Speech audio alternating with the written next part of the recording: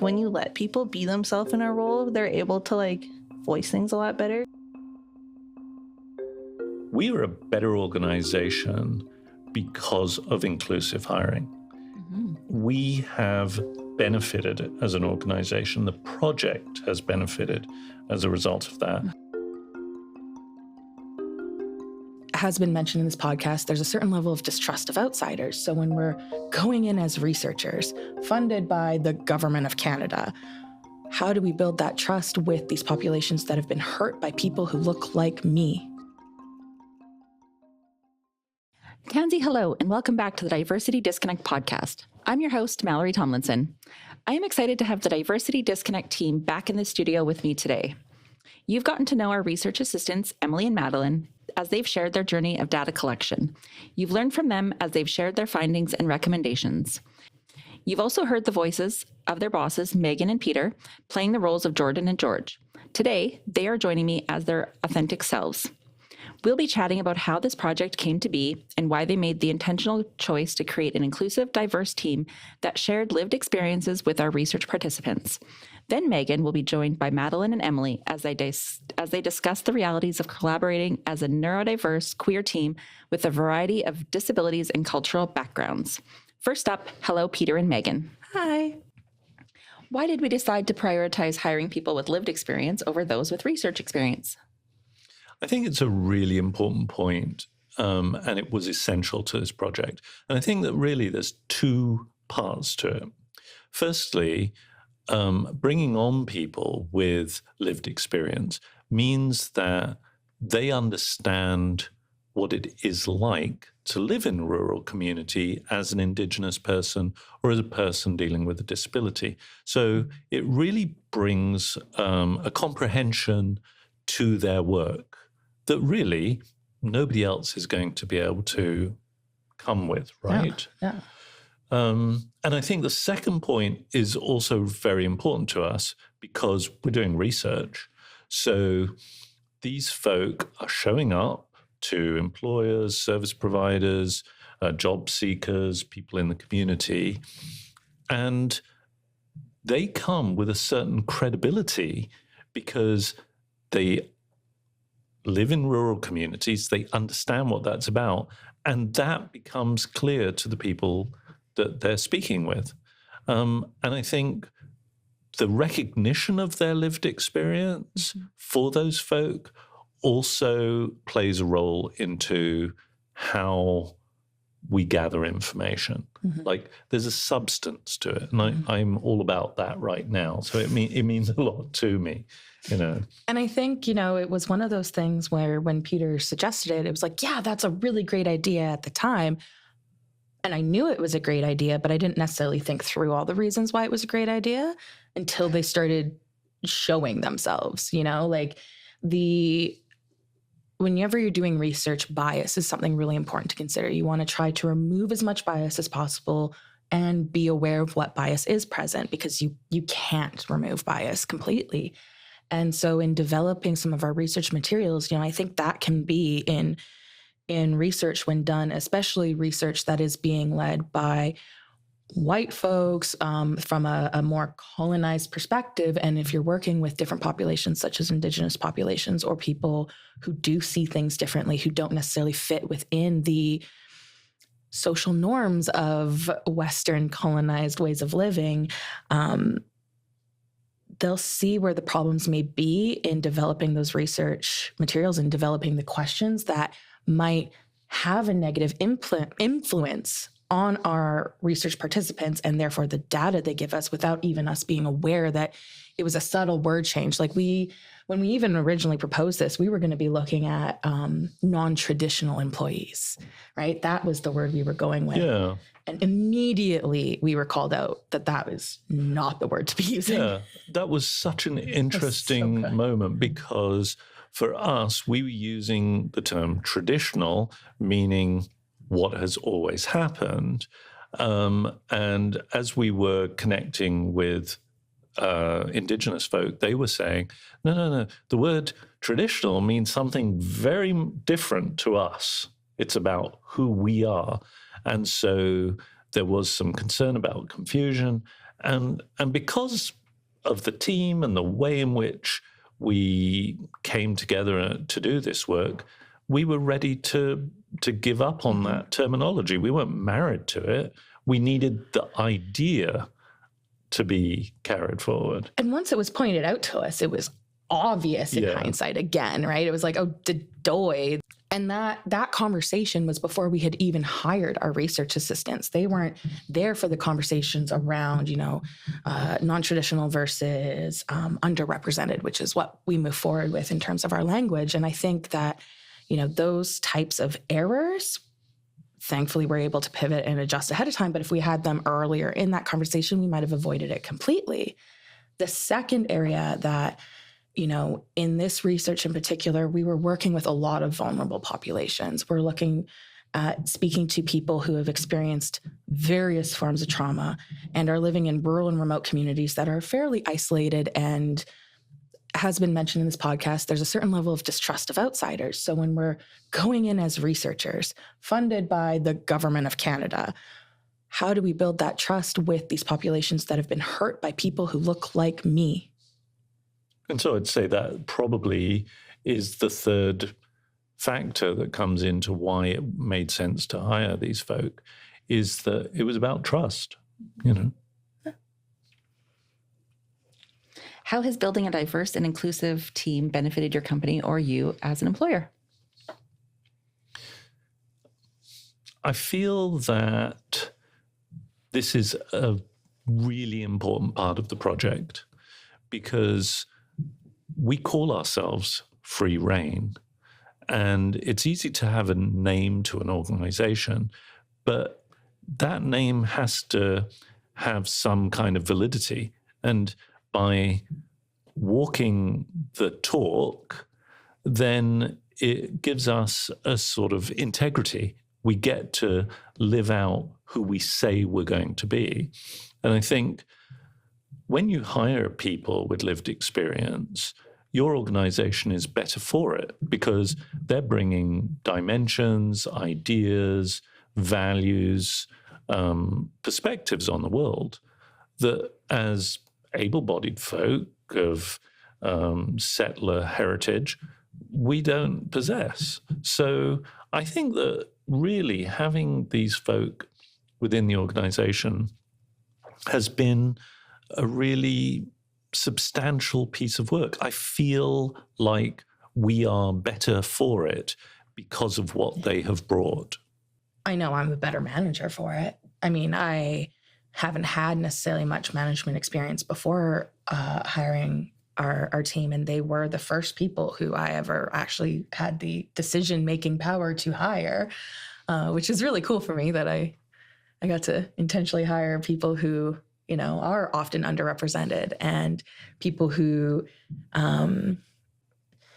it's more of, I got to do things that I wish had been done for me throughout my career as somebody who does live with a disability, as somebody who is a little neurospicy, living with mental illness. There are a lot of things I wish employers would have done or considered or taken into account throughout my career. And I've struggled with it instead, or I've fought against the system, or I've tried to make myself fit within the boxes of expected behaviors and ways of thinking and ways of approaching work. And it's exhausting. I'm 33 years old now and I'm tired of doing it. And so to be able to provide these opportunities for folks where they don't have any of those feelings is, well, thank you for giving me that opportunity, and been really rewarding and just changed who I am as a person and how I approach things. Well, thanks. But I feel that there is kudos that go to you because you recognized the ethic of the organization. You recognized that at our heart, we are about empowering our people, and you ran with that. And I think by taking that idea and applying it to these folk who weren't research assistants until you made them research assistants, that their ability to express their thoughts and ideas, to have the power to take actions that were outside of the frame, gave them this sense of ownership, belonging, that they could conduct this work confident that you had their back. And I think it was really lovely being able to witness that from where I sit in the organization. Well, I think it's a ripple effect. I've always said, and I get it from the TV show Scandal, go Olivia Pope, the fish rots from the head, right? I was only in a position to be able to empower them because you've empowered me throughout my time at Free Rein. And I felt empowered to be able to make the decisions I wanted to make as a manager and as a team leader. So again, it goes back to workplace culture, it really does. And the power that a strong, intentional workplace culture can have when it is mindful and caring about its employees. Yeah, thanks. I think, though, that it is important to say I feel anxious when we're dealing with new people and they've come into the organization, and it's like, oh, I'm giving them all this power to now make decisions as a project coordinator. It's scary to get all that power too. Sure. Don't get me wrong. And it's just not what's done within most organizations. There's, a temptation to micromanage. There's a temptation to be the boss, and I try to shy away from that as much as possible. And I know that Christine and the other key folk at Free Rein really, hold that value set very close to their hearts. So it's taken a long time. This is 30 years that we're in business, and 32. Oh my goodness. So here we are, and I think initially it was really about clients. We're going to empower clients through the various initiatives and supports they'll be able to get the work they did. But then as we started to hire on people, there was this sort of realization of, oh, what we said we would do for clients, we will also be obliged to do for staff. And I think ultimately the name Free Rein, which was given to us by my partner, Christine Prue, has always been that kind of reminder. It's not simply tucked away in a mission statement somewhere. It's right within the name of the organization. And so I'm very grateful for that. I feel that it just keeps bringing us back to our original thoughts when we were young people 32 years ago. What do you want other employers to know about inclusive hiring? It's not as hard as they make it seem. It's really not that hard. It's not something that requires going outside of the scope of management and people hiring as it is. Really? Yeah. I think there's been a lot of pushback on these issues with people saying, oh, you're meeting a target, or, it's just tokenism or something. And I can understand why people feel that way, because they're feeling threatened, right? They feel that, if they keep hiring these people, they're not going to hire people like me, right? And I get it. But there's also a really important piece, which is most jobs, you can teach people the skill sets that they need. I mean, the folk who came to us had a lot of capabilities, right? They brought a ton of skills to the table. Incredibly talented. So when we started to work with them, we started to recognize those skill sets.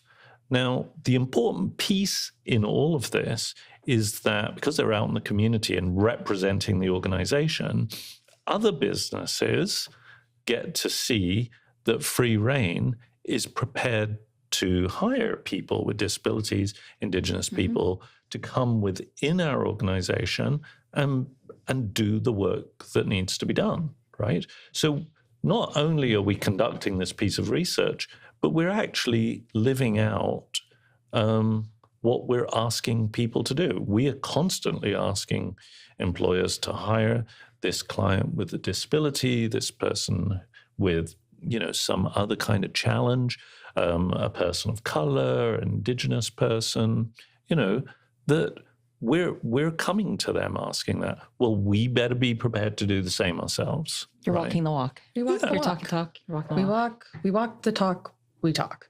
And say that 10 times fast. Yeah. But also, it was interesting for me being out in the field, because I did get to join the team out in the field a few times. And I did have the experience of being able to talk with some of our research participants, and talking with the employers in particular.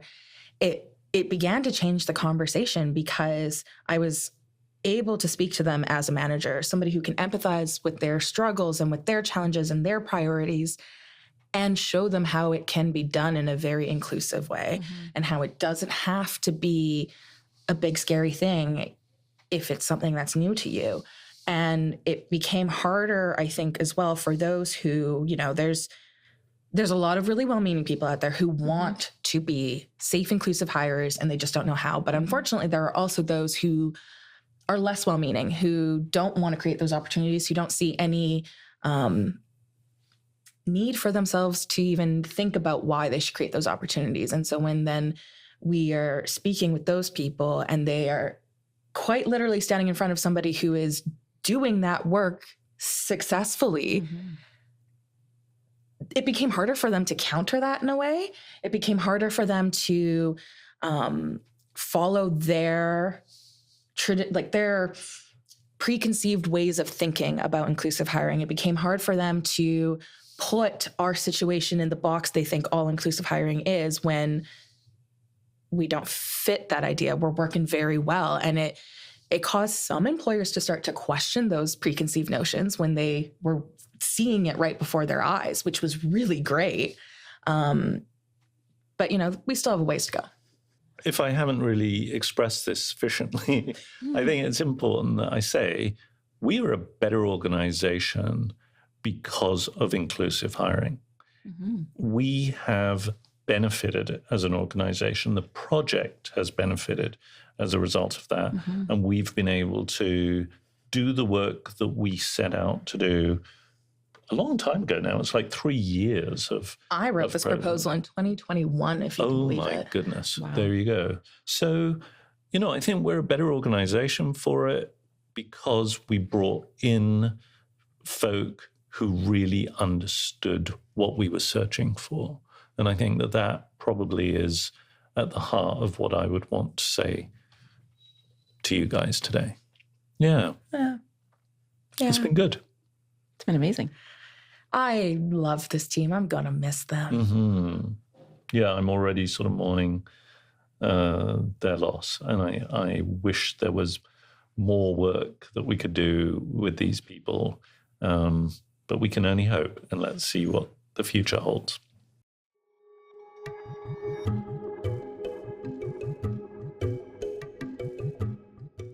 Hello again, Megan, and welcome Madeleine and Emily. Hello. Hey. Hi. Okay, so Madeleine and Emily, can you tell me a little bit about how you found the role, and then what caught your attention about the opportunity? I found it on Indeed. I was feeling pretty weary. I had been searching for a job for quite a while. It had been a good couple months, and wasn't really hearing too much. And then I saw this one. I was like, yo, that'd be perfect.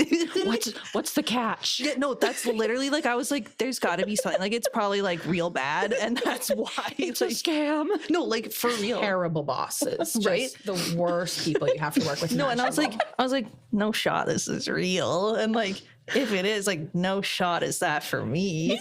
And then I'm just typing away and then doing my little thing and then submit it, and here we are. That's how fast it went. Just here we are. Well, magically. Yeah. No. You up and said, the job is yours. I went back into my depression hole, and no, seriously, that time was not ideal. And then I remember being at a thrift store, and I saw my phone ringing. I was like, no way, this could be it. And then I was like, my friend was wandering down the aisle, so I was like, let's go. Yeah. So here we are. So I would say that it came to me at from the pit. We were both in the pit. I was in a pit. It was brought to me. It was like, hey, there's this thing. You should apply. And I was like, okay. Don't mind if I do.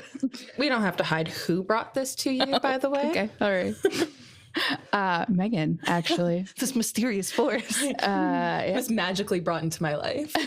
The wizard. The wizard. Wonderful Wizard of Oz. You're a wizard, Harry. I always knew I was magic. I had been working on this project behind the scenes for quite some time, and gave me the heads up that this was going to be a thing coming out. And they were like, "Yeah, you should do it. You should try." I was like, "Okay, I guess I will then." I had been in a cycle of like fairly disheartening experiences, I would say. Of like, I did an employment program and was doing the most, and it wasn't happening for me.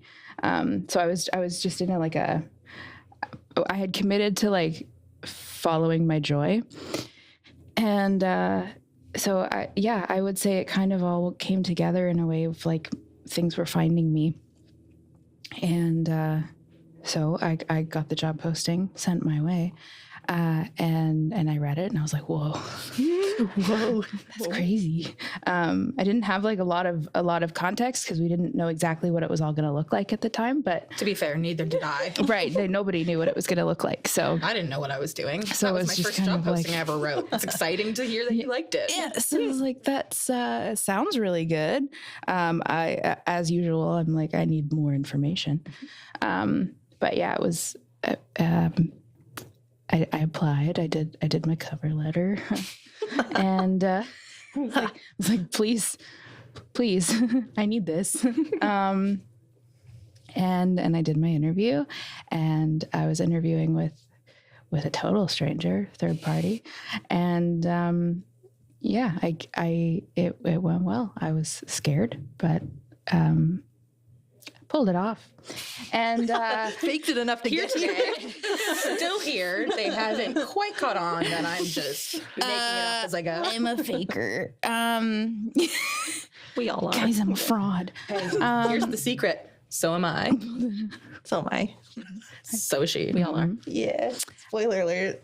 Spoiler alert. So pulled it off, and when I got the phone call, I was it was like that. What were you doing? She was in a thrift store. What were you doing? Do you remember?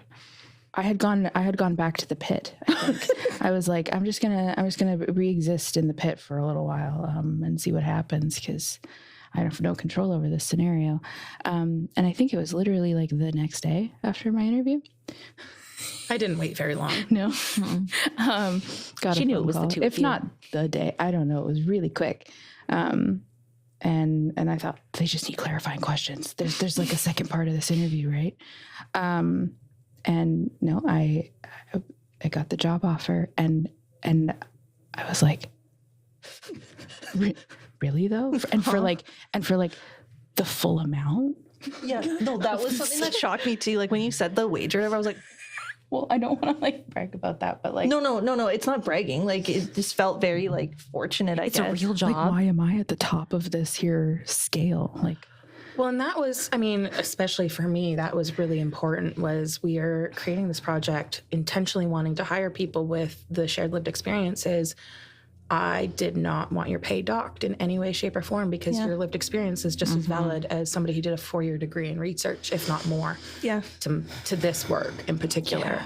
Yeah, like it felt like I was actually being valued as an employee, right? Instead of just being like, we're trying to get the bare minimum out of you. Like, you know, like, because previous jobs were very much like you're bleeding me dry. And I was like, okay, so that's cool. I'm going to leave now.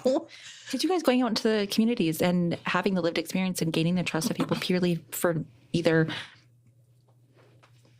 them being able to, you being able to understand them, and They saw themselves in you. yeah, and so that is so much value. And I couldn't, we can't recreate that. That can't be bottled. so a university degree isn't going to Change that. no. Yeah. I do find it so interesting, you know, from being on this side of, well, the literal table and the interview process, having had one candidate that I referred to the job, which came with its own unique challenges of balancing my absolute excitement in knowing just how, like, I knew when I said you should apply for this thing, you would be fantastic at it. I still knew I could not guarantee you the job. I could not even guarantee to myself that I'd be hiring you because that wouldn't be fair to anyone else, which was very difficult for me to do because once again, I knew you'd be fabulous at it. And then having somebody who was a complete stranger to me, who I read the cover letter for and went, I need to talk to this person. I need to know more about them. And it just lucked out for me that you two fit together so well. The perfect pair. Couldn't have worked out better. Couldn't have worked out have been a better duo. Individually. They complement each other's strengths. They support each other where need be. Okay, we're gassing them up too much. Yeah, no, my tank is full. This guy.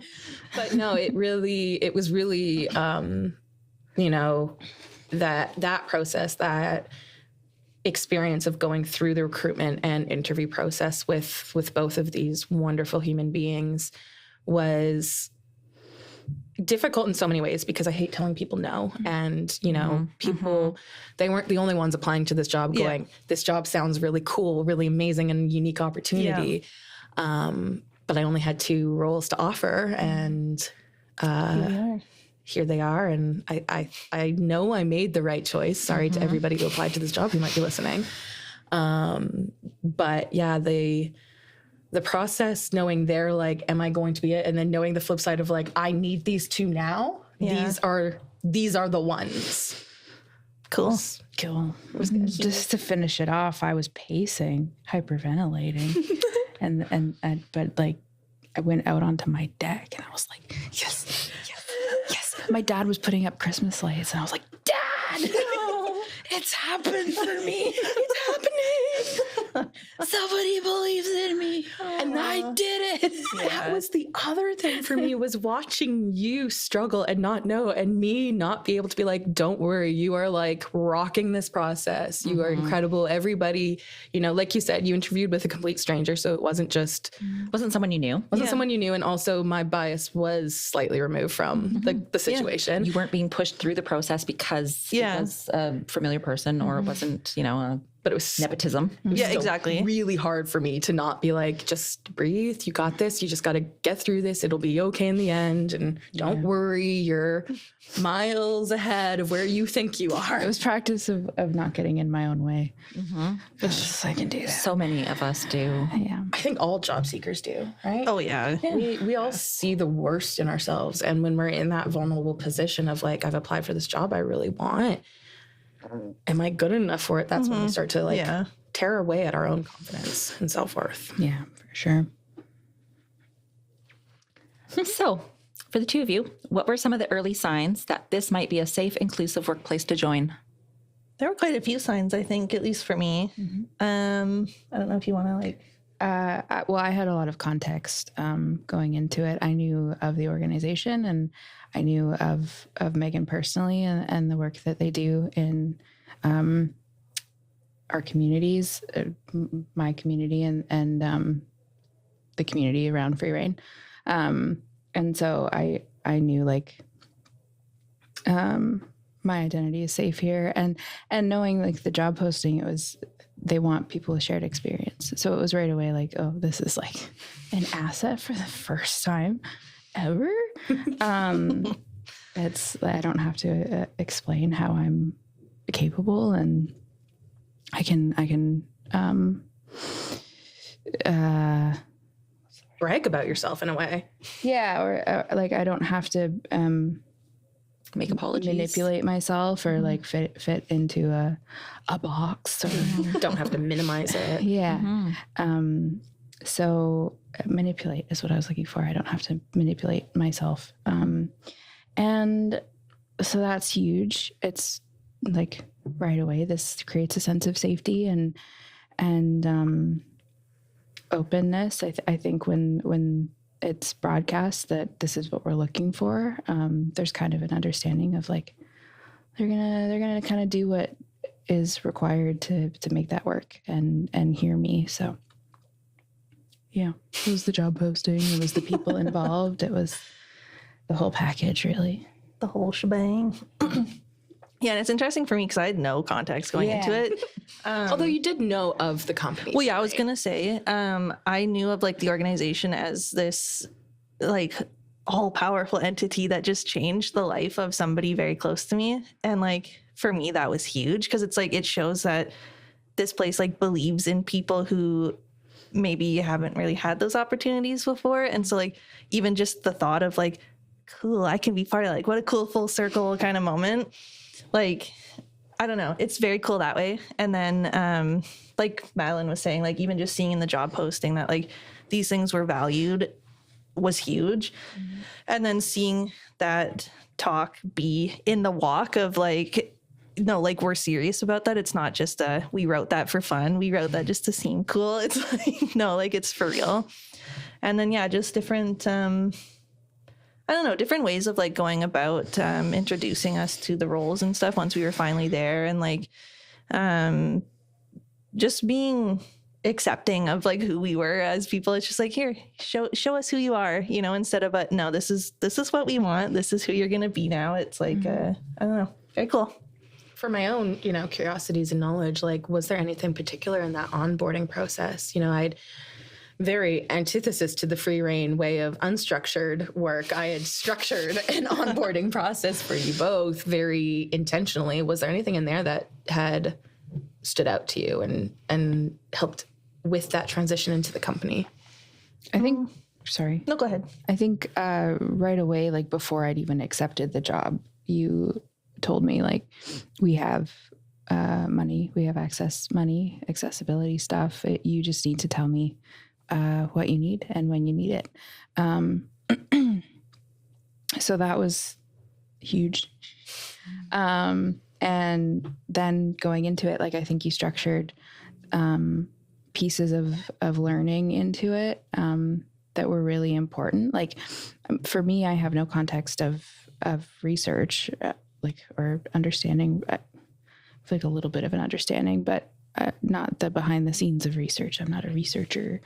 And so like putting in place the people who knew that side of things and building connections for us with those people that we can go to them for this. And then there's this person for this kind of thing. And then with doing the Indigenous Canada course was hugely valuable. And I think it just kind of set the tone of like, I knew what could have been involved in working with Indigenous communities, but I think hearing it from a course that was like created by Indigenous people was hugely important in kind of gaining that like perspective, and it makes it very real. And yeah.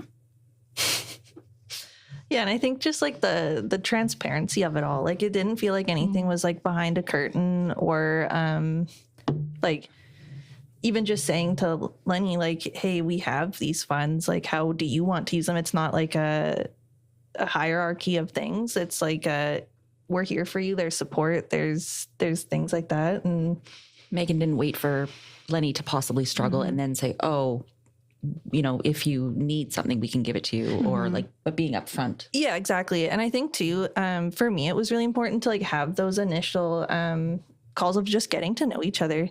Because I feel like a lot of times you're just kind of thrown in and it's like, have fun, good luck. You'll figure things out when you get there. And so it was just like all right, we get to ease into this. Like, I know kind of the playing ground now of like who these people are. It's not just like strangers that I'm typing away to on Teams of like, hi, I need help.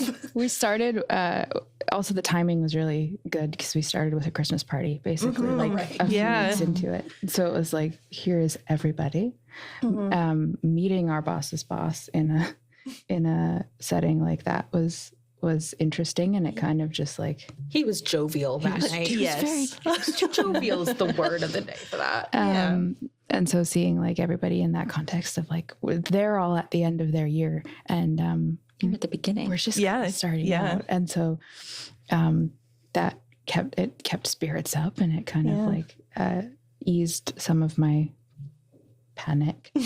And yeah, just getting to sit with Emily and chat was fantastic. That was great. I think too, on the training side of things, it was really beneficial, even if because I came from a research-y background, I knew from school and stuff. You were our official science person. The woman in STEM. Because I feel like sometimes when you have those qualifications and things, you're kind of just expected to have full retention of these things. And so even just having that refresher showed me that there's that care of we don't expect you to prove yourself or try to catch you lying of you said you knew this, it's the here we go, we're gonna walk together, we are both on the same page now, and here we go, right? You brought up something that I think is very interesting and very important. We've talked about in this podcast and in this research the importance of flexibility and the power that working from home can bring for people with disabling conditions, amongst other challenges. The benefits to even hybrid work for everybody brings in that flexibility, but there are challenges to working from home. Employers don't like working from home, and they always relate it to you lose that workplace culture, but that's not true. You can create culture in a hybrid environment, in a working from home setting, and that was so important for me to do in those early days because I personally love a workplace with a good culture. I love being in an environment that I like the people with. I, live alone with me and my cat. And so sometimes work is my main form of seeing other people. And if I'm working from home, I'm not seeing the people, I still need that interaction. So it was, I could look at this, we're going to lose that sense of workplace connection and culture, or how do I infuse workplace and culture and connection into this remote team environment? Yeah. Very cool. Hopefully I did it well enough. Yeah. Yeah, I think for the amount of time that we were actually able to spend in person with each other, we gelled really well. Oh, yeah. Yeah. Yeah. I agree. And I think it's just the being real part. Because I even remember one of the first emails you sent us was I'm so excited to have you guys on. You sent a GIF in there of Oprah or something. I was all right. I like that. It's not just the corporate cheers, have a good day. Yeah. I hope this email finds you well. I spoke Gen Z. What can I say? I mean, GIFs are more millennial now, but okay. I spoke not to call you out, but quiet part. Okay, I'm sorry. Okay, I spoke my own generation. I was trying to, show my generation's way of welcoming you in. I appreciate a good GIF. GIF game you were strong. elder Gen Zs. I thought, you'll get the millennial ways. Hey, we get it. We get it. I'm so old. I don't even know what generation I am. You're a millennial, sweetie. Don't worry. I really? Yeah. You're not 40 yet. Megan, what were some of your first impressions of Madeleine and Emily? Honestly, I could tell they were both very nervous, and I don't blame them. I remember being in my early 20s, starting out in my career, and being very nervous about meeting the box, the typical box for employers. And this doesn't just feel like a job. This feels like a career. This feels like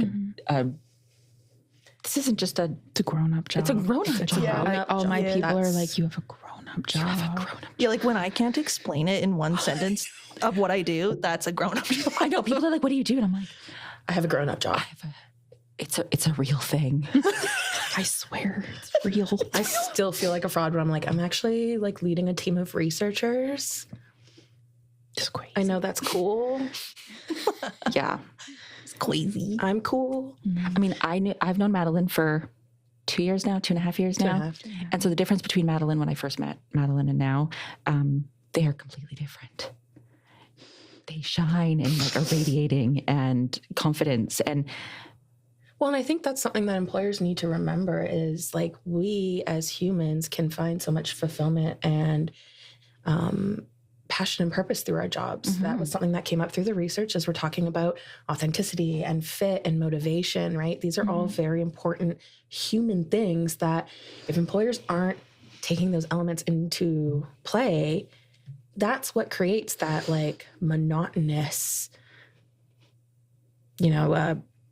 assembly line type, doing the same thing over and over again, and you don't necessarily feel like you're contributing to something. And I, as somebody who finds a lot of passion and purpose through my work and is oftentimes called a workaholic, I wanted to ensure that my team felt the same way, that my team was excited by the work that we're doing. And I wanted people who would get excited about the work. You know, I did speak to a number of candidates who were researchers, who were looking for the research job, and they didn't necessarily care about what we were researching and They didn't care about the topic. and the importance of it and the way this could have an impact in the world. They might like the numbers. They might like doing the data. It's a good project. You know, it's a project with good outcomes, and it makes me feel good. But it wasn't that the passion of, you know, Madeleine going, this could really change the lives of some of my friends. The passion of Emily going, this is just really impactful, and I know the impact a company like Free Rein can have for people, and I want to be a part of something like that. And this is my community. And it's my community. Yeah.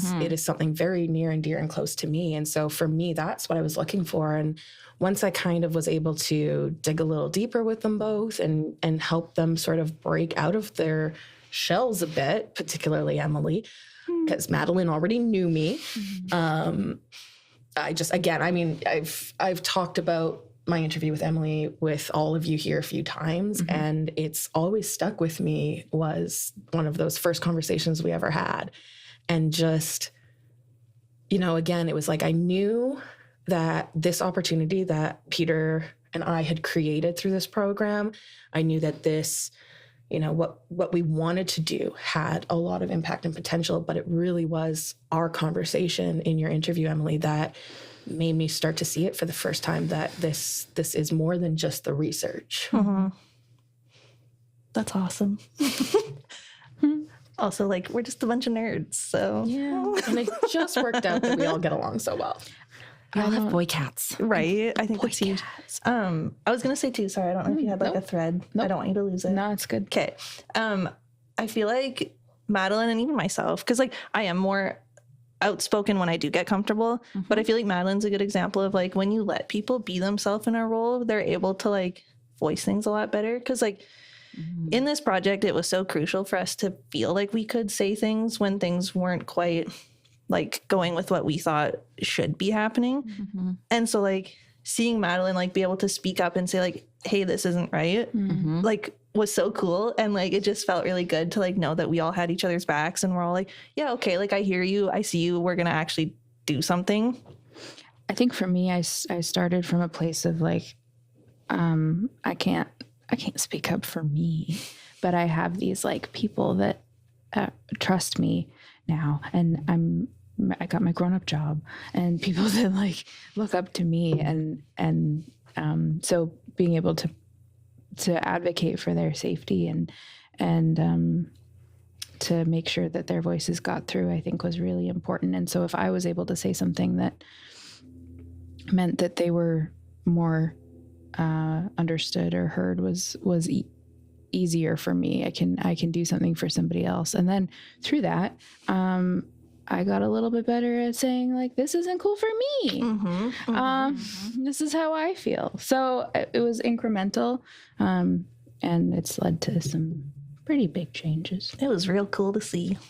For both of you. You both, like, you know, yeah, like Mallory said, she's known Madeleine a little longer, but we've seen the same for you, Emily.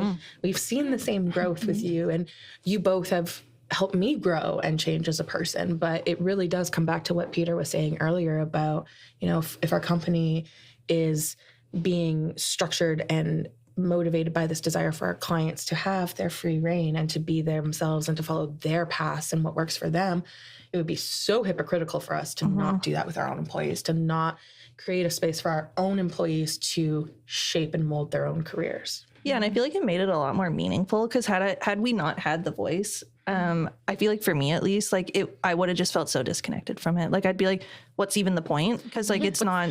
What's the point of gathering all this stuff if you're stifled and not able to say anything about it? No, exactly. Like, if it feels so off base and, like, out of touch, like, why would we hire people with lived experience if we're not going to listen to that lived experience? Exactly, right? Like, yeah, I think it was very cool, very good. There was a turning point, I think, where we all, like, had a solid idea of, like, this is what we're doing, this is why we're here, and that needs to be, like, front of mind. And I think we got to a good place there.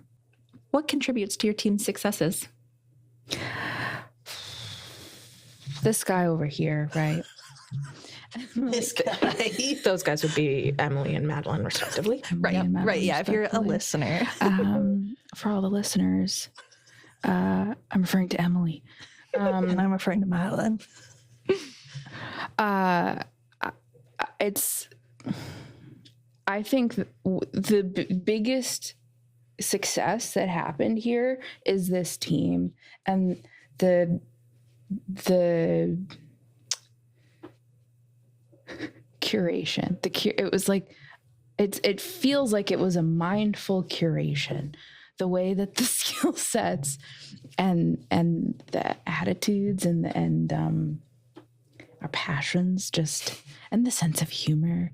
The sense of humor. If it weren't for that, We'd all be in a ball on the ground crying. We'd be back in our pits. We'd be back in our pits. I've always fought against the idea that I need a buddy or like somebody to like help me through things. I've always wanted to be like really independent when I can be, and but I've found like sustainability in relying on my people. And this guy, Emily, like we were just on a work trip in Victoria, and I gotta be so real. Like Emily brought me supplies in a dark time. And if she had not have done that, firstly, I would not have slept that night. The night before our presentation at the conference for over 100 people listening, attentive. The first presentation of our adult careers. Which you rocked, and people were just astounded by you both. And I hope you are all listening right now. I don't want it to get lost how important this duo is in the partnership. I would have been on the floor. Like, it's been amazing to watch the two of you. It's been an honor. It's been amazing. Yeah. So I am not what I have been able to be without my buddy. Nice. Recognition deserved. As our research participants kept saying, it takes a village. It takes community. I think, to what you said about, wanting to be independent, I think true independence also includes recognizing where we can't do things alone, where we do need that support, where we do need our people, because our world is not built to be alone. No one is meant to be alone. Yeah, like human beings need to have others. Yeah. Cool. Yeah, I've had some real stinky coworkers in the past. And so I was very worried when I first started of like, who are you people? What is the vibe What's here? The story? No, exactly, right? Because like some people suck. And so like, I don't know, it just felt really good to have like such a good connection and stuff. And like, again, knowing that everybody has your back, because like, I don't know, I felt very like alone over the years and stuff. And so like even it goes back to the small community talk of like just feeling isolated and stuff. And so like having people I know that can like relate and like have silly humor and like I can just kind of like exist and not be like, all right, so those are like, that's that compartment of my work people. And then I go home and then I'm my own person. And, it's like, I can just like be there. Yeah. Authenticity. Yeah. And like, and we've all had our stuff over the last year and we've all had to like step away or do our thing. Yeah. But we've all allowed ourselves to have the time or to buddy up and support each other. Yeah. Yeah. And like with a project so heavy too, like had we not had the opportunities to be like cry laughing at the goofiest things ever, like we would not be doing well right now. And so like just having that, like. You bring up an important point. We are dealing with some heavy subjects. We are going to be hearing some heavy traumas throughout this research. We did hear some heavy traumas. And so to be able to ensure that we were okay and to have each other to rely on for that is pivotal when you're doing any work involving vulnerable populations. And we all have our own lived experiences of dealing with heavy stuff as well. Yeah. Exactly right. Yeah. Which humongous. Ultimately brings me to my biggest success factor for this team. And the thing that I think a lot of managers will struggle with is trust. I know I benefit from flexibility in my schedule and my time. I know some days I wake up and I can't get out of bed, and it's awful to have to tell your employer, look, I can't get out of bed. Oh, are you sick? No, it's just my depression. Yeah. You know, oh, well, brush it off, right? Like it's still, we talk about mental health acceptance, we talk about depression, but there's still this misconception of depression being feelings of sadness. Isn't that just a fancy way to say bummed out? And you just suck it up for like 8 hours. So no, I know how important those days off, what someone I know calls duvet days. Nice. I love Right? that. I love that too. So those duvet days are pivotal for my ability to function. If I don't take a duvet day, I could be behind in work. Like the ripple effects are huge. So trusting you both, and again, especially for managers of a remote team where you're not, and this all comes down to micromanaging tendencies, but it's still nerve-wracking even as a non-micromanager to be like, okay, I'm going to trust them that they're going to get this work done. You know, one of them needs the day off today, but they've got a lot of work to do, and they are assuring me they can do it in the end of the week, and I believe they will. Like, it comes with time. For, you know, in the early days, yeah, you're a little bit more cautious. And after a year of working with you both, if you text me, I need a day, I'm like, yeah, me too. See you tomorrow. Don't we all? Word. We'll be around back. We'll try again. But no, of getting those texts and no longer being worried, because I know you guys have this. I also know that you're going to do what you need to do to get the work done to the best of your abilities. And I'm not me telling you how to do it, me telling you when to do it, me telling you anything isn't Making you feel bad or making you feel like that's not going to help. No. So having known that I hope I knew, I've gone into this feeling like we've created a safe and open space of communication with one another, of that two-way communication, knowing that you will come to me if there's a problem. You will come to me if you do need the help.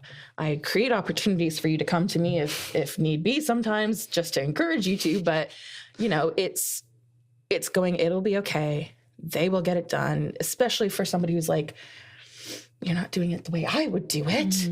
Will it get done the right way? Will it be okay? Will it be right? Like, that's nerve-wracking for a first-time manager, especially. Fair.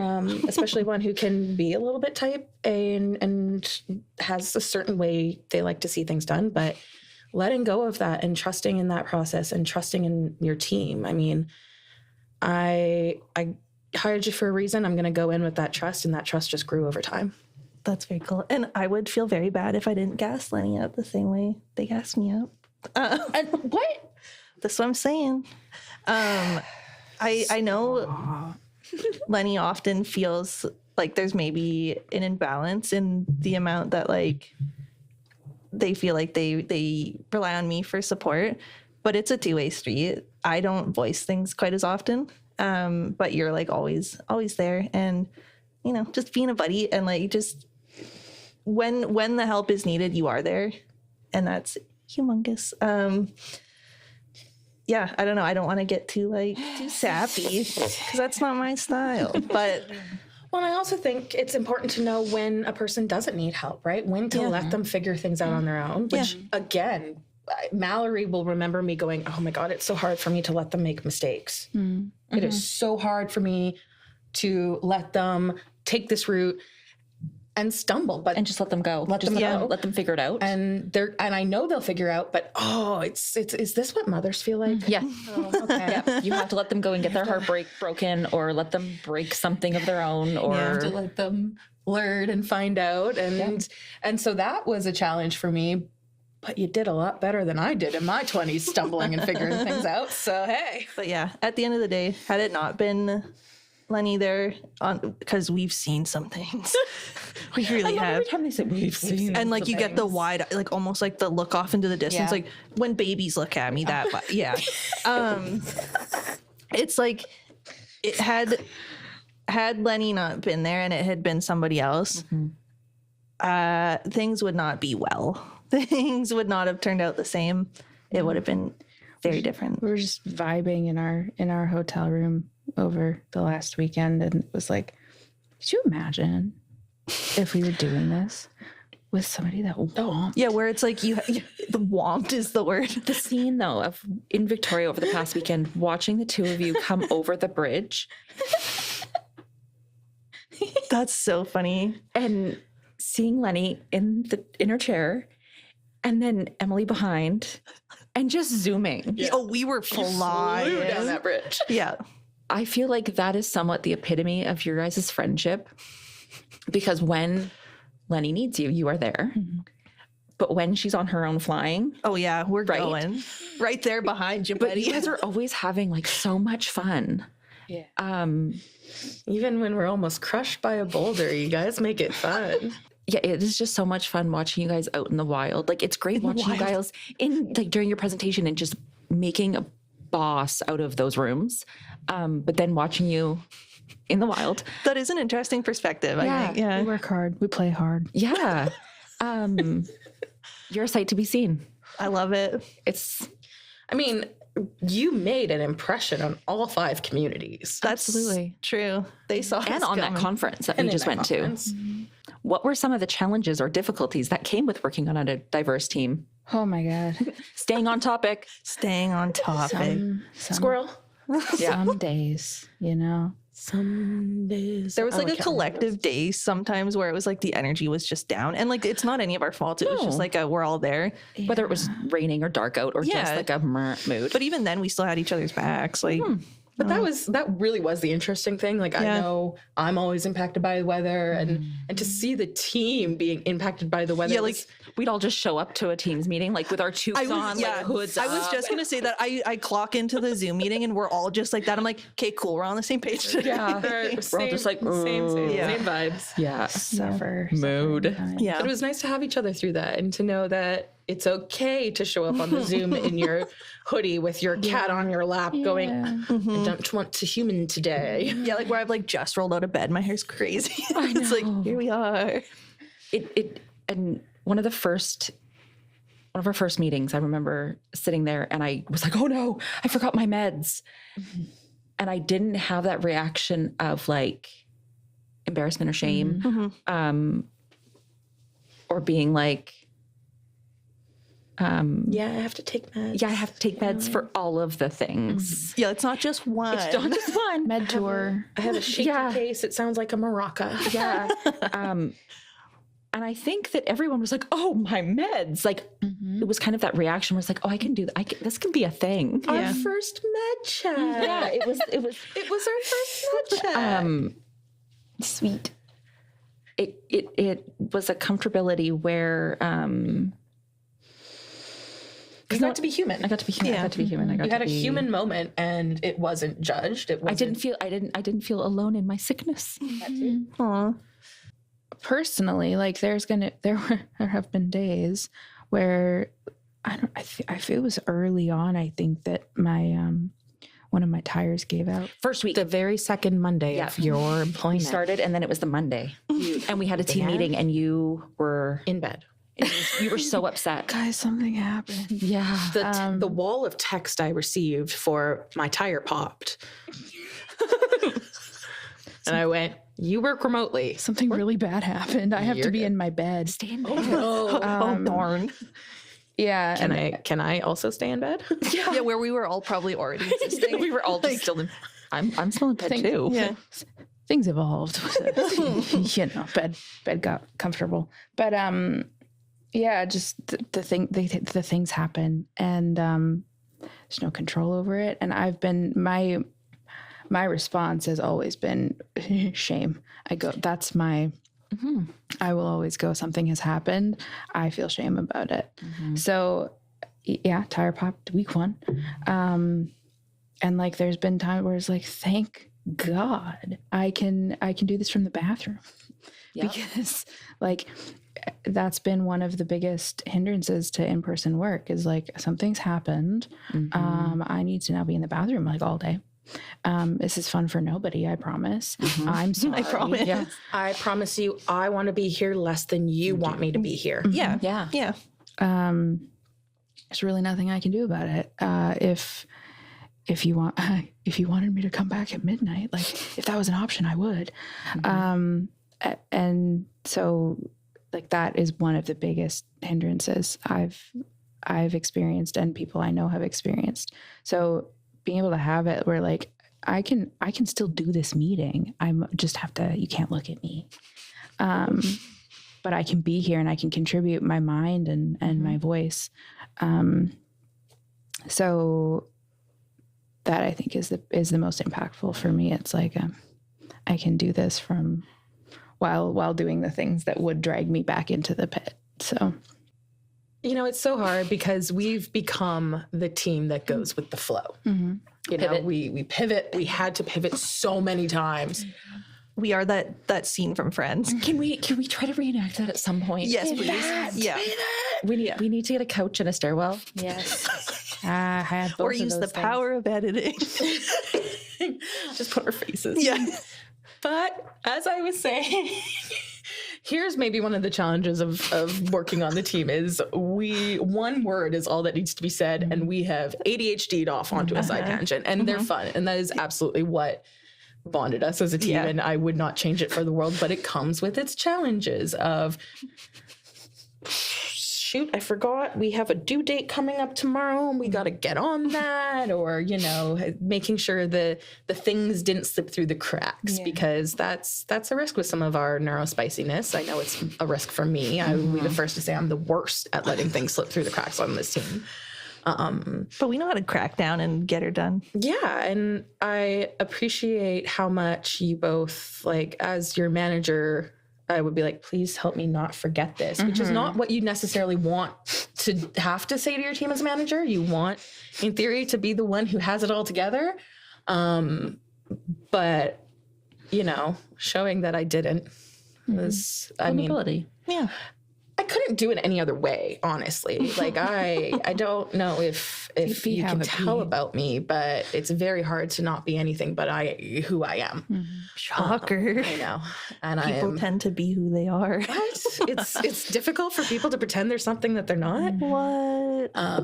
So yeah, having a team that understood that I also struggle and I also have my challenges, and they never held it against me that they had to help me with my challenges as well. I know I was supposed to be talking about the challenges and difficulties of working on a diverse team, but honestly, I think the challenges and difficulties you encounter working on a diverse team that are related to the fact that you're diverse are understood by your diverse team because they got the same things. Yeah. They've got the same, okay, that's your hole. I got you covered. Here's my hole. Well, you help me with this one. Yeah. Cool. Yeah. What have you all learned about yourselves through this experience? The wiggly breath. I'll just start with the first thing that came to mind. I am not the worst. That's me. Word. You are not. None of y'all are the I was worst. going to say maybe. Not according to your husband. You're not. I was going to say maybe not the worst. No. But no, I'm not the worst. You're not. I'm like maybe good. You're all amazing. You're No, actually, you're like absolutely. It's you're not a actually maybe. kind of excellent. That's the thing. Yes. So I started this. Everybody, we had to have a workshop on imposter syndrome because of me. No. Well, because of me. It wasn't entirely because of you. It was like 50% you, 50% Emily. Yeah. Just kidding. Yeah. It was because Peter really loves giving the imposter syndrome workshop. Right. I recorded it to refer back. You did? Peter, you've been recorded, just so you know. I'm sorry. I needed it. Learning material. Learning material. How many times have you watched it? Oh, I only audio recorded it, to be fair. How many times have you listened to it? All the way through, but 5 times probably. Potato. Potato. No wonder you're so good at the impression. I've been practicing. Yeah. So that was like really, I was going into it with like, I'm actually the worst. I've fooled everybody. How am I here? With my grown-up job. With my grown-up job, everybody's missing something and they're going to find out. I mean, I've made mistakes. There's been things that I could have handled so much better. But I think everybody else has that grace too, to mess up and to course correct. So yeah, I had people telling me the whole time, you're not the worst. Like you're doing great. This is good. But I didn't believe anybody. I'm like, but no, you're missing some things. Clearly there's some evidence that I have here that you're missing.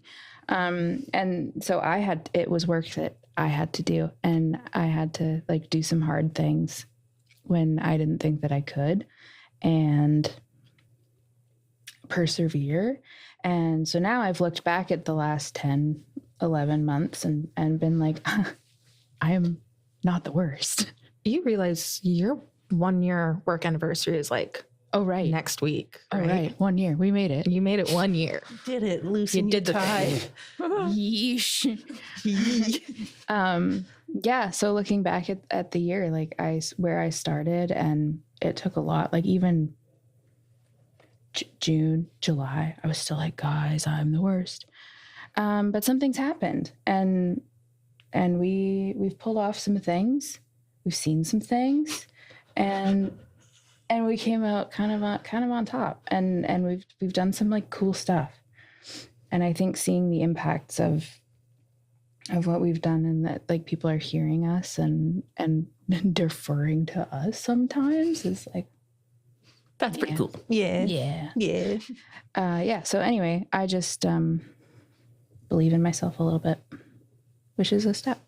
I love that. How do we top that? I know that whole time I was I like, need to stop talking because We need you to go last. Yeah. Okay. I can do that. okay. I don't have an answer yet. What was the question? What have you learned about yourselves throughout this experience? You're the best disability ally I know.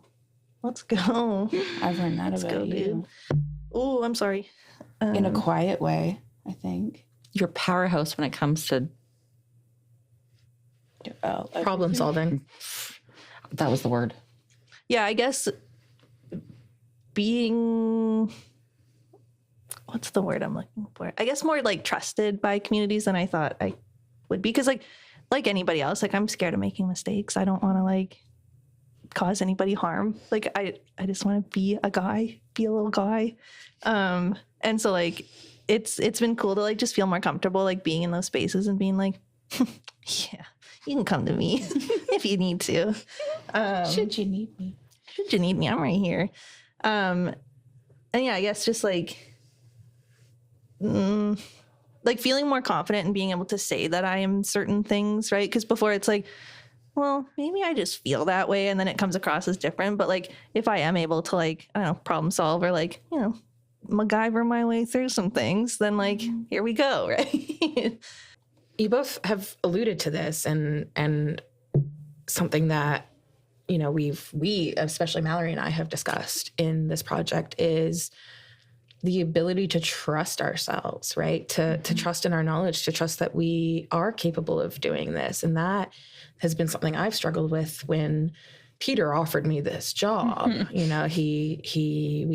got word, we got the contract in, and he sits down across the desk from me and goes, so you're going to be my coordinator? You're going to do this thing? And I went, Peter, I'm not a researcher. You don't want me. And he was like, no, you're exactly who I want. We'll see if he regrets that choice or not later, but Too late. He's stuck with me now. So yeah, it's that idea that this may have been new to me, but that doesn't mean the knowledge I have has no value, that when I feel like something's there or something might be wrong or we might need to approach something differently, Your gut's right. my gut is right. I mean, every time I've had a gut feeling and ignored it so far, it's proven me right later down the road. So yeah, it was really for me about having that confidence in myself that I do know what I'm doing, that I knew you knew what you were doing, even if you didn't, Lenny. I knew you knew what you were doing. although I never felt like you didn't think you knew what you were doing. Yeah, there's a sense of confidence that exists. But that has taken time. Emily's got this confidence that is, It took time. it takes time, but there wasn't a challenge I could throw your way that fazed you, which is really impressive. Epic. Save that quote for when you need to find a new job with a new manager. Yeah. Timestamps.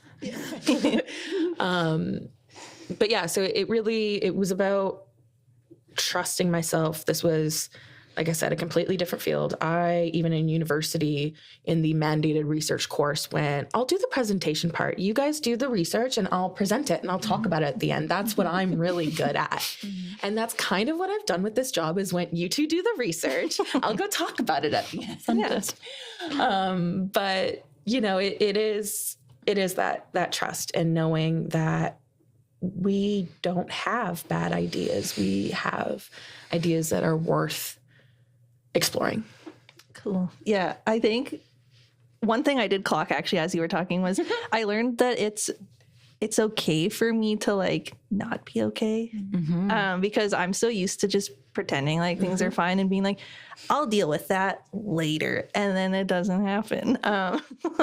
So like being able to like take that moment of pause and know that like, that's okay. Like then it's like, groovy, we're cool. Like I don't have to be like in my little depression hole for way longer than needed. Right. Yeah, you have like a tendency to be like, this is fine. It's okay though. This terrible thing's happening, but it's okay. And I'm like, well, yeah, like even yesterday, no, spoiler it's not alert, okay. I got rear-ended on the way to pick up lunch and Mallory called me and I was like, no, like I'll still go get lunch. Like it's fine. I'm fine. This is Everything's fine. I said, stop. No, you're not. So like it's still a work in progress, but like learning that it's okay. How might these experiences and opportunities shape your future? I think I used a word yesterday. Propelled. And I think like this is a foundational opportunity, like grown-up job. I have demonstrated experience here that like counts for something, and and I've like brushed elbows with important people. You've presented at a conference. Did a big thing. There were government reps at that conference. Yeah, there were influential people in that. We're all important, but like people with influence, I think I've been able to speak with people with influence, and it's there's a record of it because I've always like had a concern around like my experiences before this opportunity. My experiences were not able to be put on, like I wasn't paid for them. I wasn't Unpaid work isn't valued work. right. Yeah, that's the vibe. So like I don't have references from people that have paid me. And that was a huge concern for me. And I was like, it's a thing that still like I get panicky thinking about, like, what if I don't end up with a reference? Oh, and on top of it, for this job, I had been one of your references leading up to it. So then all of a sudden, one of your references was gone. Right. So yeah, I had to find somebody else, and it worked out, but like it was close, and I had to use all my resources to scrape it together. So this is now like a wealth of evidence of who I could be. What you've done. Yeah. So that's huge. And I hope that somebody can recognize it in the future of like, this is something I've done, and I would like to be able to do more of this kind of thing. Yeah. Yeah, I feel like it's really interesting because it's such a like irreplaceable thing, or like a very non-replicated thing, right? Like it's not like I worked at McDonald's. And so like so many other people can say the same thing and have a completely different experience. It's like this is something that is so unique and like has so many aspects of it that can be valued down the road. Like whether it's the presenting, like you can say you presented at a conference, huge. You can say that you put together data, huge. You can say you talked to all these people and grew these relationships in all these communities, also huge. So it's like all these pieces of a puzzle coming together into something that's like, you can't take that away. and you can't like replicate that somewhere else. They're all rare experiences. No, exactly, right? So yeah, you can't. Your names will be published on a published research. Well, paper. yeah, and like it just like, and the sad thing is that it's like the whole like, well, that will look good on a resume, you know, instead of the like, this is how we've grown as people, and like, And that feels good to my soul. Like, No, exactly. That feels good. Like, right. And so it's like on one hand, it will give a leg up in future career searches.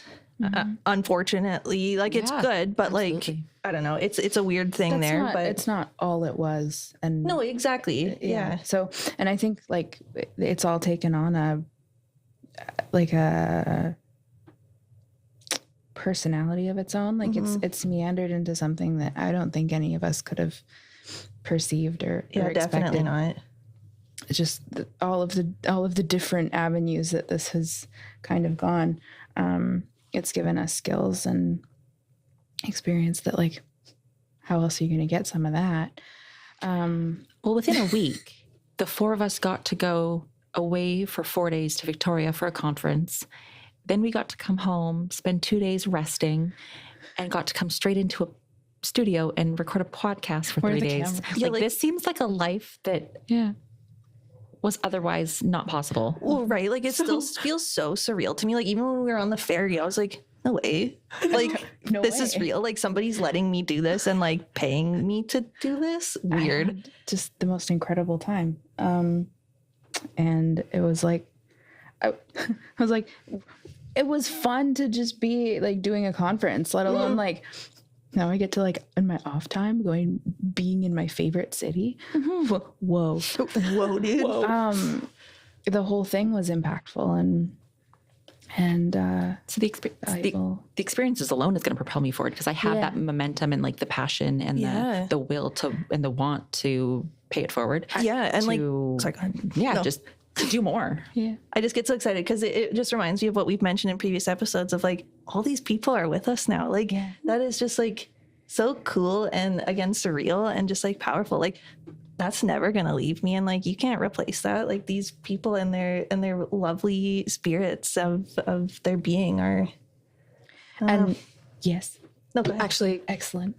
just because on that, listening to the three of you talk about this, both, I keep referring to your age, I apologize, but, you two being in in the start really of your career, and Mallory having, returned to a career after Raising my own children I wasn't going who were closer to their age.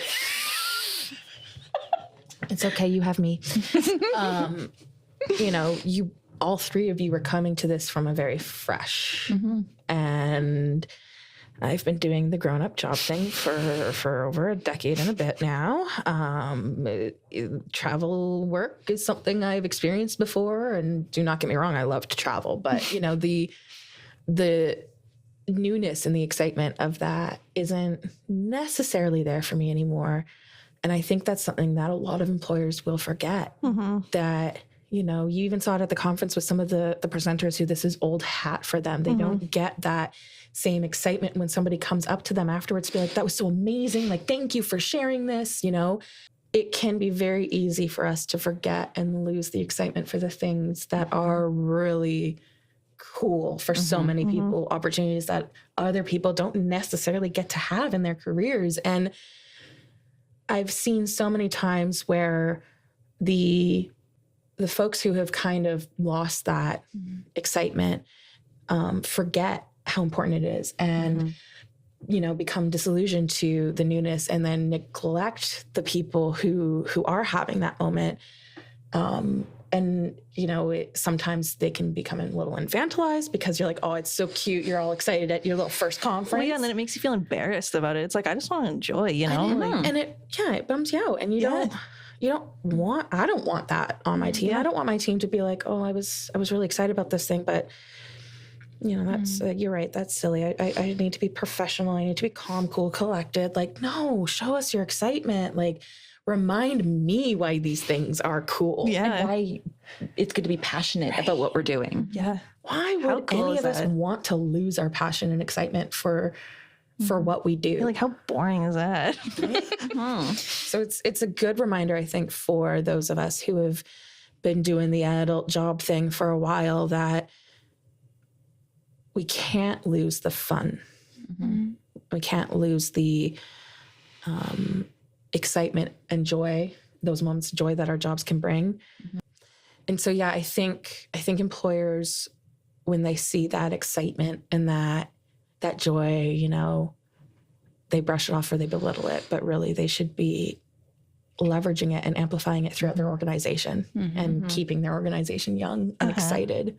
Because being young is a mindset. Guys, it is. And we get to do this one time. Yeah. And like, not to get as existential, but like one time. Yeah, Did you like forget we were accepted for Connexus as well? no, but like no, like one your shot life. on Earth. Life. Yeah, like I was making it existential earlier. My bad. But like all of these things are your one shot of life. It's all part of it. And so like there's gravity there. And like if we can all be a little bit or a lot of it more ourselves, that's really fantastic. And like, who doesn't want that? I think we're all quite lovely in our cores. And like, let's bring that out a little bit and like, maybe let's see what happens. Like, I know I'm just a little guy, but like, and I'm young and I'm jaded in other ways, but like, Aren't we all? Yeah. Word. but Like you guys say a lot. We've seen some things. we've seen some things. Everybody's seen things. But can we just like think about it and like appreciate where we're at a little bit and be like, what could happen if we were just all a little bit more ourselves? I love it. Yeah, and like, I don't know, with where things are on old planet Earth, it's the least we could do. Even just looking at the conference we were at, not to like throw shade at anyone, Call but you like guys out.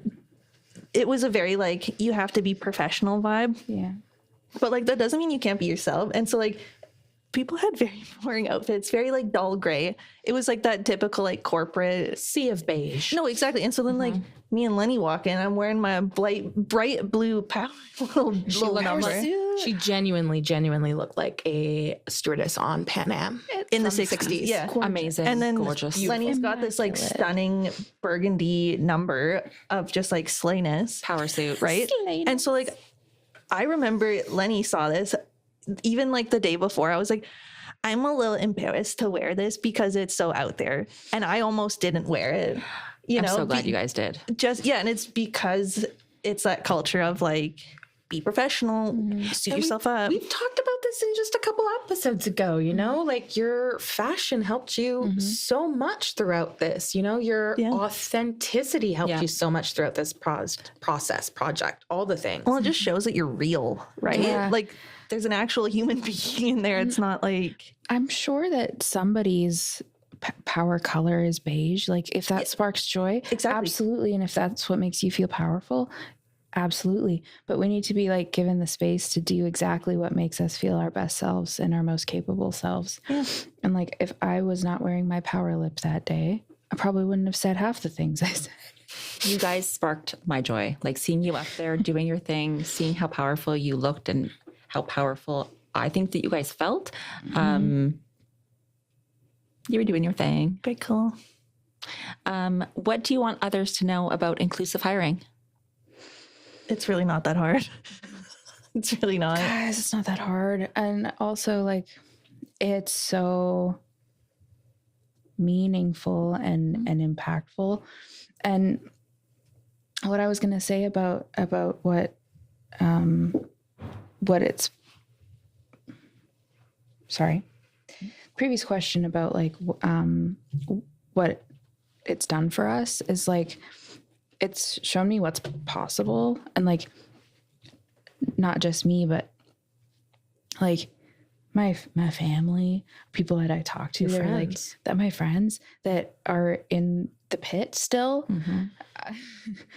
I mean, I don't think she'll mind us talking about it. Harmony, Shout our out. voice actor for Alex throughout this podcast, you know, they got to the studio early and was watching one of your interviews, and they just could not stop going. It is so cool to see Lenny. It's so cool to see someone who looks like me rocking it, doing their thing on that. Like, look at them in that studio. Look at them with the lights. They look so professional. Look at that suit jacket. They're doing the thing. They're doing this grown up big thing and making a change. And it inspires me.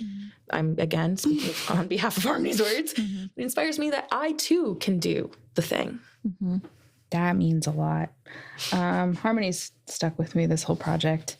And it's been like, since my interview, I was like, I have people I know that are struggling and stuck in the systems, have poverty and the cycles. And so like being able to use what I've got going now to help where I can. And if it's just being an example and being an example to like all of our stakeholders,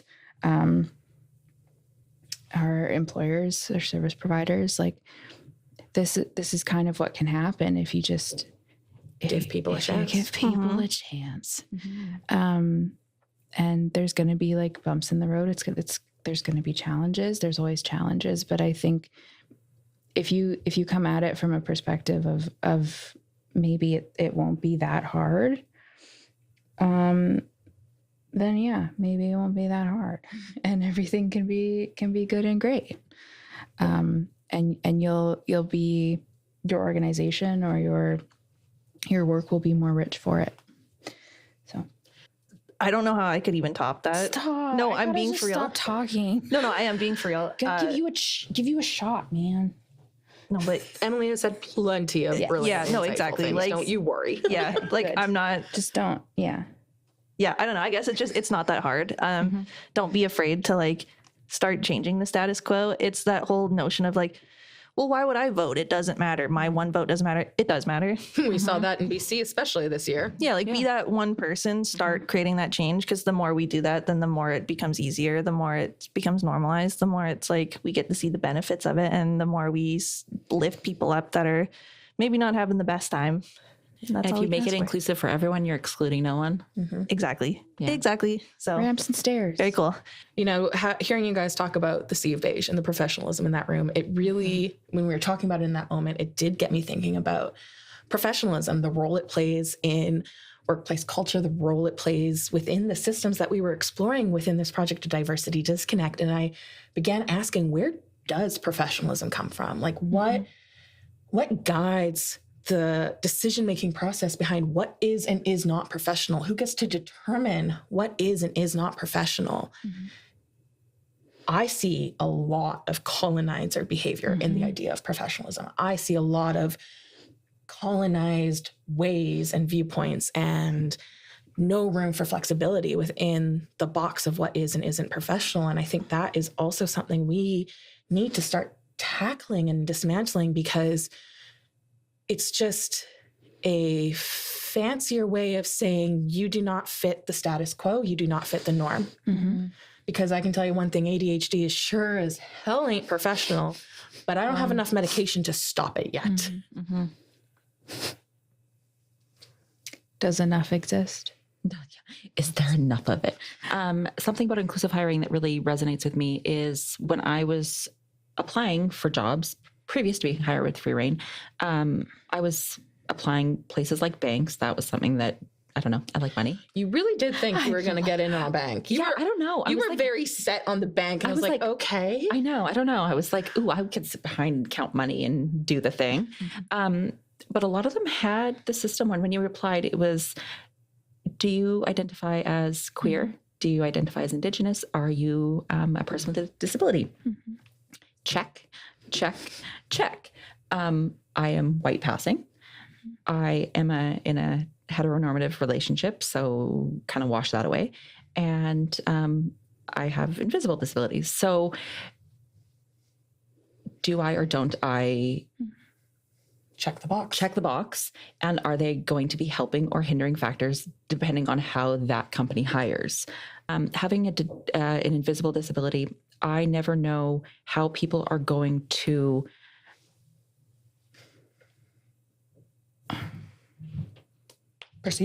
perceive, but then also deal with your needs, Thank your you. accommodation needs. Yes, all of my words are Speaking of disabilities, Word. when I have a boundary or I have needs that I have, and I tell people like I cannot do this because they perceive and see me one way, able-bodied, which I am not always. Are they going to respect that, or are they going to go, is she pulling one on me? Because some days I am like a he woman and I can, lift all of the things and do all of the things. And the next day I am flat out in bed and I will sleep for 36 hours and I have a migraine and I cannot see and I cannot walk. So because it's invisible, do people respect that? Do people acknowledge it? Do they actually understand and believe it? So when they are asking for people to disclose their disabilities or disclose their queer identities or disclose that they are Indigenous, are they going to be respectful of it? Are they wanting to know? Why are they wanting to know? Why are you asking that question? Yeah, why are you asking that question? so they look good. Yeah, right? Or what are you going to do with the answer? It's all PR. Yeah.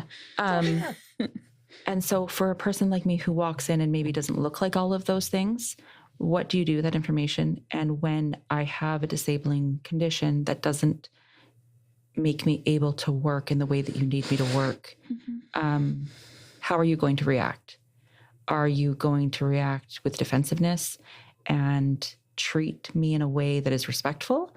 Or are you going to make me feel guilty, make me feel awful, make me feel like my body isn't able of doing the things that you need it to do, and put me into that pit And blame you for it. and blame me for it. I already feel guilty. I already have a family that I cannot do all the things that I need to do for them or for myself.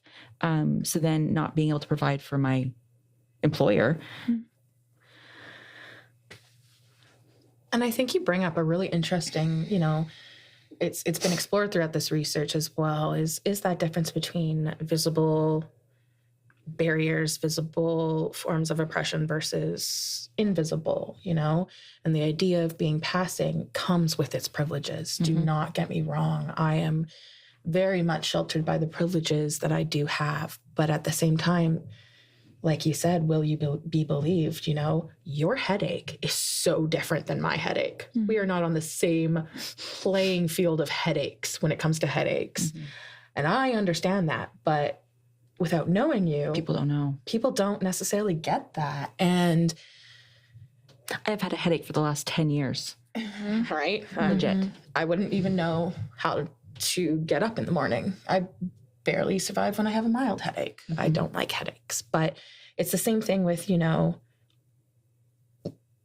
when we then try to explain and have those difficult conversations, when we, it's a damned if you do, damned if you don't, because there's a part of you sometimes that's just like, I'm just going to let this pass. For me, it's gender. If I get misgendered, I have the choice of, do I address this or do I just let this go? What's going to be better for me in the moment? What's easier? What's easier? What's going to less cause work? less trauma? Yep. And it doesn't always go great, No. even when it's supposed to. Yep. And Even when you've had that conversation already. again and again. And so, that like feeling the need to defend yourself and to, I always get worried people are going to think I'm making it about me. I'm centering myself. I am just wanting attention. I was pretty much raised being told I like to be the center of attention. I'm always seeking attention. And so now if I ask for anything I need for myself, well, that's just me wanting, I need too much. I'm a hypochondriac. Yeah, that too. Yeah. So and then when you do set that boundary or ask for that need and a person gives you that, well, do you really need it? I start to question it myself. Right? Like, oh, you're right. Am I really depressed? Gaslighting yourself. Am I just like making a bigger deal than I need to be? Yeah. Anything else you wanted to add? Oh yeah. I don't know how much like can be used, but it's brought up a few things for me. Like, my disability is so visible. What? I didn't know. You have a disability? You're telling me this for the first time. Yeah. So I can't get away from it. The only way I can choose to not disclose is if we never meet. And I've done that before and it gets me what I need really fast, usually. So I often deal with like, with what Emily was saying, like putting like, I'm like, but she does so much physical labor and like all of she'll go fetch me things. And so for me, I'm like very much like, I'm the emotional guy. Like I'll take on everybody else's emotional weight. And that's just like, that's fine. 'Cause that's what I'm good at. And I don't have emotional needs. Who's she? So I've been caught doing that by professionals now. Like, but what do you need this to look like? And it's like, but I have needs. Well, I remember that, like you spoke to earlier of like, and Emily spoke to of like, I've got money. You just need to tell me what you need. And you're like, what do I need? I don't know what I need. no, money. Unfortunately, could not At just the time. At the time, it was dollars. But so there's that. Like I'll downplay my emotional side of things because it takes so much for people to, or it feels like it takes so much for people to accommodate me physically. And then the other thing is that I'm like because I've started to understand the gravity of misunderstanding that exists, is that people will be like, oh, but your life like is so hard and I feel so bad for you. And it's like, this is what it's always been for me. And I am really capable. And so, yeah, I will do like literally whatever I can do to show people that I'm capable. But then there's like the part of me that I'll just entirely hide is like when I push a bit too much and then I'm in bed or catatonic, and it's like, no, but you can't see me like this because I've spent all of this effort to present myself as capable and independent. And so if you see like this side of it, it's just going to destroy your idea of me as capable and not like other people who need so much more help, which side note, we can't treat people who have more care needs as less worthy, because that's a thing that happens. Yeah, just reflecting on like there's duality to my existence and fear for me around showing that, because like it's like I've got a facade here, and if that crumbles, then I lose all my credibility as a real grown up with a real grown up job.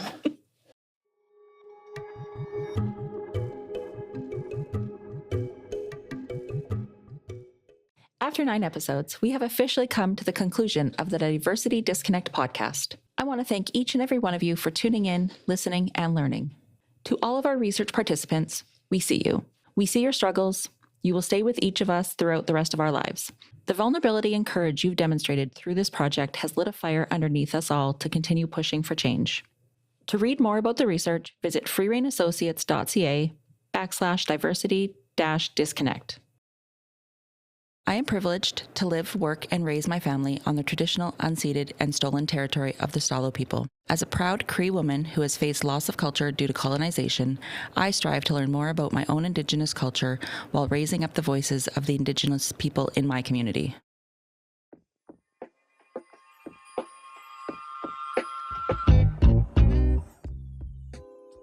Diversity Disconnect is funded by the Government of Canada. To learn more about the research, visit freereinassociates.ca/diversity-disconnect or check out the links in our show notes. The Diversity Disconnect podcast is hosted by Mallory Tomlinson and produced by Megan to Boekhorst. Our audio engineer is Tim McAlpine. Guests include Peter Bailey, Megan to Boekhorst, Madeleine Warkentin, and Emily White. The Diversity Disconnect podcast was developed by Rein Associates and Life Strategies.